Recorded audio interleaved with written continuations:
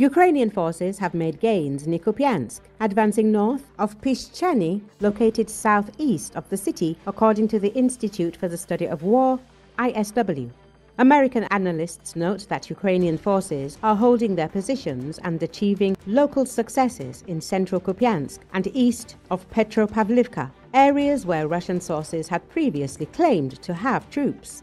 At the same time, ISW does not confirm claims by Russian military bloggers about the supposed capture of Sobolivka or Russian advances east and south of Kupiansk, east of Kurylivka, or west of Pishchane and near Kamianka.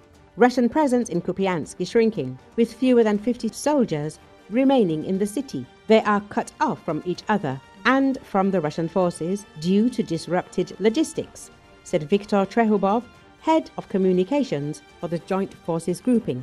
According to Trehubov, the situation has become more difficult for the enemy, as Russian forces now remain only in the northern parts of the city. Intercepts indicate that there are slightly fewer than 50 of them left. They are effectively isolated from one another and from their main forces because logistics have been very effectively disrupted. Despite attempts by the enemy to bring in reinforcements or send small groups into the town, these efforts are nearly impossible now due to the high activity of Ukrainian drones. He added that the situation in Kupiansk has shifted somewhat, becoming slightly more favorable for Ukraine. However, he stressed that the situation remains difficult. Trehubov also noted that, realizing their failure in the town, Russian forces have shifted their main efforts to areas east and south of Kupiansk. There, they are trying to eliminate the Ukrainian bridgehead on the left bank of the Oskil River. If they could achieve this, it would create such problems for the town that Ukrainian logistics there might not survive, and then holding the city would become very difficult, he said. But for now, according to Trehubov, these attempts have also failed. He added that Ukrainian forces see the shift in Russian efforts and are responding accordingly. According to several RBC Ukraine sources, there were previously around 70 Russian soldiers in Kupiansk. In September, Russian forces managed to break into the town by using a gas pipeline, sharply escalating the situation in this direction. Enemy sabotage groups entered Kupiansk from the north. Later, Ukrainian forces blew up the pipeline used by the Russian soldiers, forcing them to cross the Oskil River on rafts and boats. It was also reported that Ukrainian forces are preventing Russian troops from fortifying positions in the northern part of Kupiansk in the Kharkiv region. Despite the enemy's attempts to hold their positions and build defenses, Ukrainian units have been actively counter-attacking in recent days and pushing the enemy back from the consolidated positions.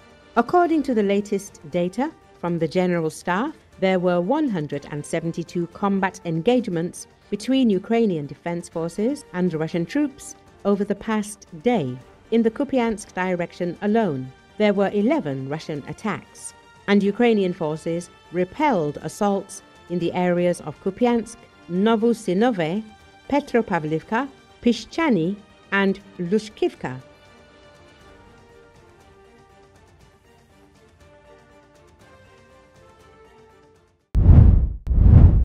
Two men dressed in Russian military uniform have caused a brawl in an airplane.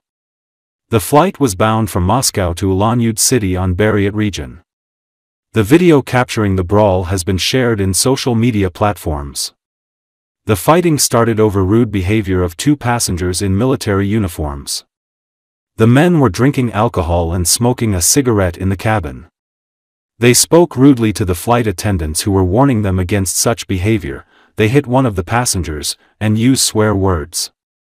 In the video recording, a flight attendant can be heard telling the men that the plane could be grounded. "We're not flying to Ulan-Ude," the flight attendant warned. One of the passengers got slapped by the assailants. The brawl was interrupted by a third man in uniform. He calmed the passengers down and asked them to behave properly. They made a bit more noise and then settled down. The date of the brawl is unknown.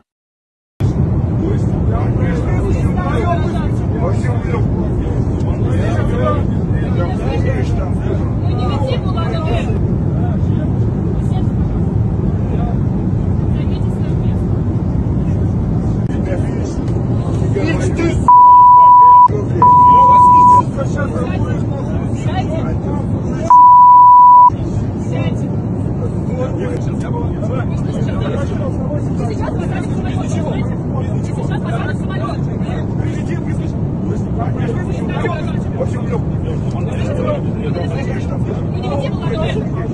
сейчас полетите на самолете от 130 человек. 130 человек.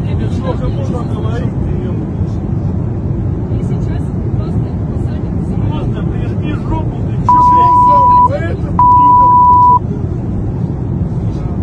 Я никого ответить не хочу. Блядь, братан, я не могу. Я сейчас оскорбляю. Вы меня слушаете или нет? Я оскорбляю. Здесь весь народ понял. Нет.